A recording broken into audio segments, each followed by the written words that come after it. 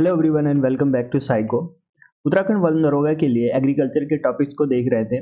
पिछली वीडियो में हमने एग्रीकल्चर को समझा, एग्रो फॉरेस्ट्री को भी देखा, सिल्वी कल्चर को भी देखा। ये जो ऊपर का जितना भी सिलेबस दिख रहा है ये पूरा आपको मैंने कंप्लीट करा दिया पिछली वीडियोज में। ठीक, तो आज की इस वीडियो में हम क्या देखेंगे, classification of fertiliser, manure, irrigation, drainage, organic farming, ये सब हम आज की वीडियो में देखेंगे। ओके, तो चलिए वीडियो को शुरू करते हैं।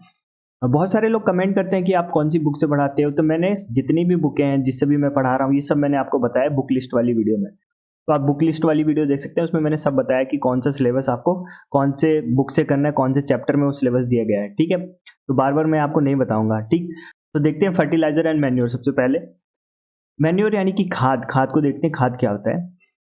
सबसे पहले तो ये देखते हैं कि मैन्योर और फर्टिलाइजर का हम यूज करते क्यों है। तो मिट्टी की गुणवत्ता को बढ़ाने के लिए खाद और उर्वरक की आवश्यकता होती है। ओके, मिट्टी में जो उसकी उर्वरकता शक्ति होती है, फर्टिलाइजेशन पावर होती है, जो उसको बढ़ाने के लिए हम क्या यूज करते हैं, खाद और उर्वरक यूज करते हैं। और उसके उससे होगा क्या, उससे क्या होगा, फसल की उपज में वृद्धि होगी, ज्यादा फसल तैयार होगी। ओके, अब देखते हैं खाद को, मैन्योर जिसको बोलते हैं खाद। ये कार्बनिक पदार्थ का एक अच्छा स्रोत है। जो खाद होता है वो एक ऑर्गेनिक चीज है। ओके, ये एक ऑर्गेनिक चीज है, यानी इसको हम मानव निर्मित नहीं बनाती, ये ऑर्गेनिक चीज है। ये थोड़ी मात्रा में मिट्टी को पोषक प्रदान करता है। देखिए, ये ऑर्गेनिक तो है, ऑर्गेनिक है यानी इसमें कोई केमिकल नहीं है, लेकिन ये मिट्टी को बहुत कम मात्रा में पोषक पदार्थ प्राप्त करता है एज कम्पेयर टू फर्टिलाइजर। हम अगर देखें, उर्वरक की बात करें, तो उर्वरक ज्यादा मात्रा में पोषक पदार्थ प्रदान करेगा मिट्टी को, लेकिन खाद क्या होता है, कम मात्रा में करता है। ओके, अब ये बनता किससे, ये प्राणी के उत्सर्जित पदार्थ, मल मूत्र वगैरह अपशिष्ट से बनता है, तथा पौधे के अपशिष्ट जो हमारा किचन वेस्ट हो गया, या पौधे के जो भी है पत्तियां, टहनियां, ये जब अपघटित हो जाती है तो इनसे तैयार किया जाता है खाद को। ओके, अब खाद के विभिन्न प्रकार देखते हैं, वेरियस फॉर्म ऑफ मैन्योर। तो देखिए, पहला है कंपोस्ट खाद।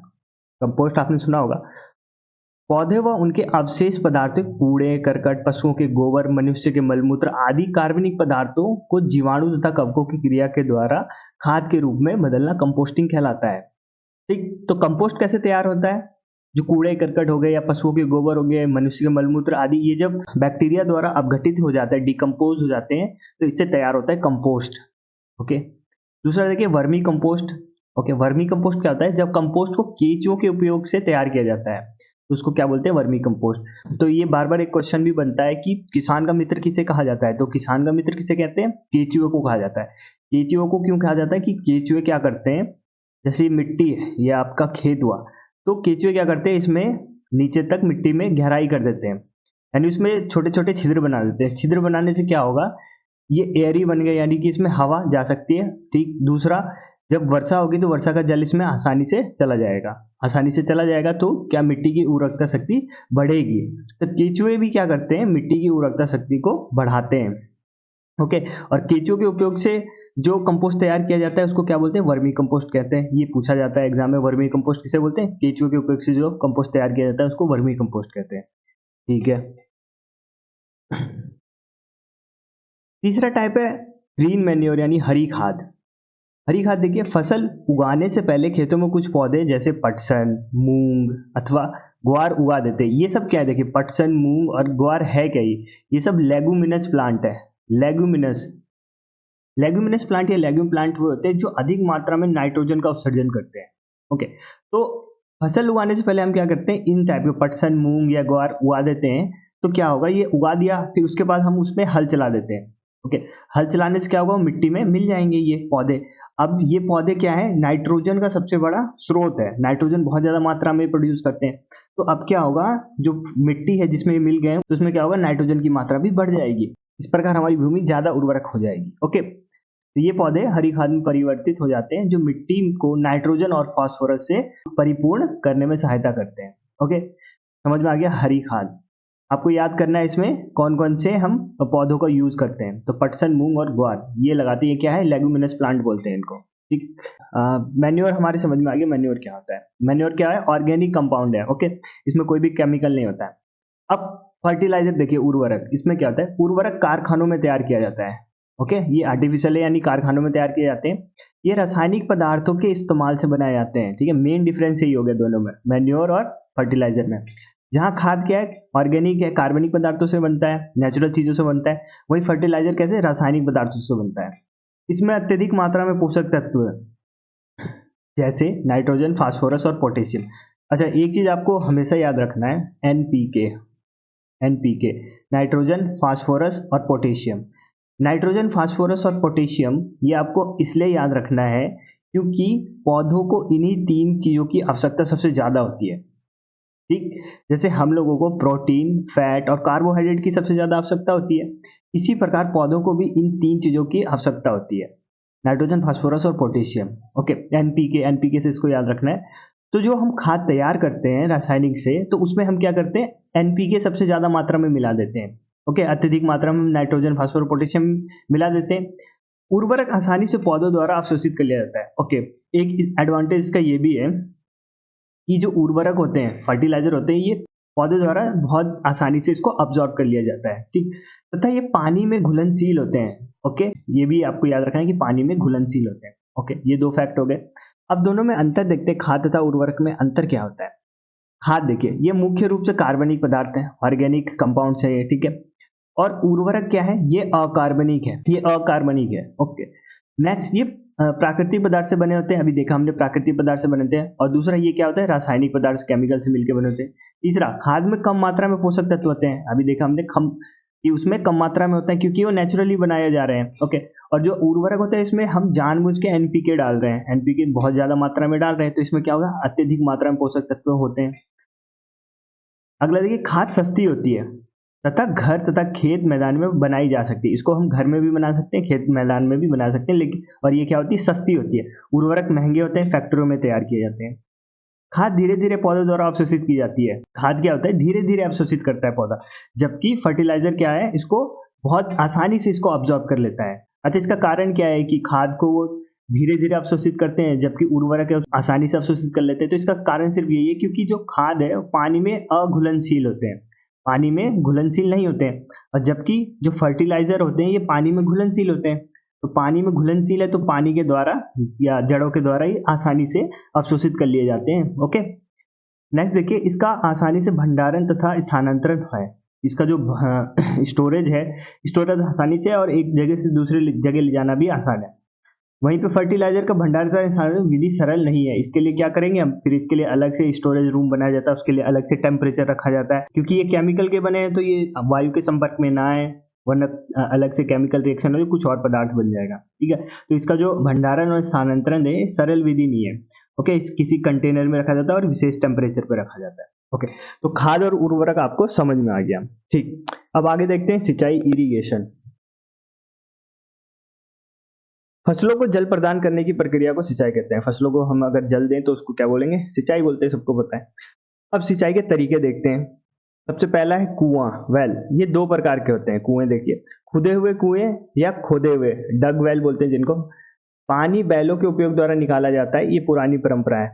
यहाँ पे कुआं रहता है, इसके चारों तरफ बैल को बांध दिया जाता है, वो बैल क्या होते हैं, घूमते रहते हैं और पानी निकलता रहता है। पुराना तरीका है, अब ये ज्यादा यूज नहीं होता।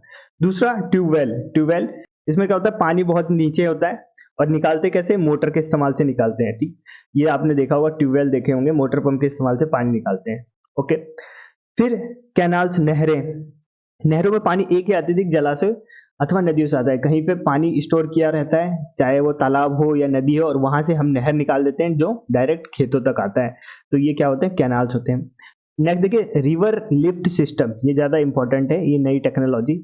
देखिए, इसमें क्या होता है, इस प्रणाली में पानी सीधे नदी से ही पंप द्वारा इकट्ठा कर लिया जाता है।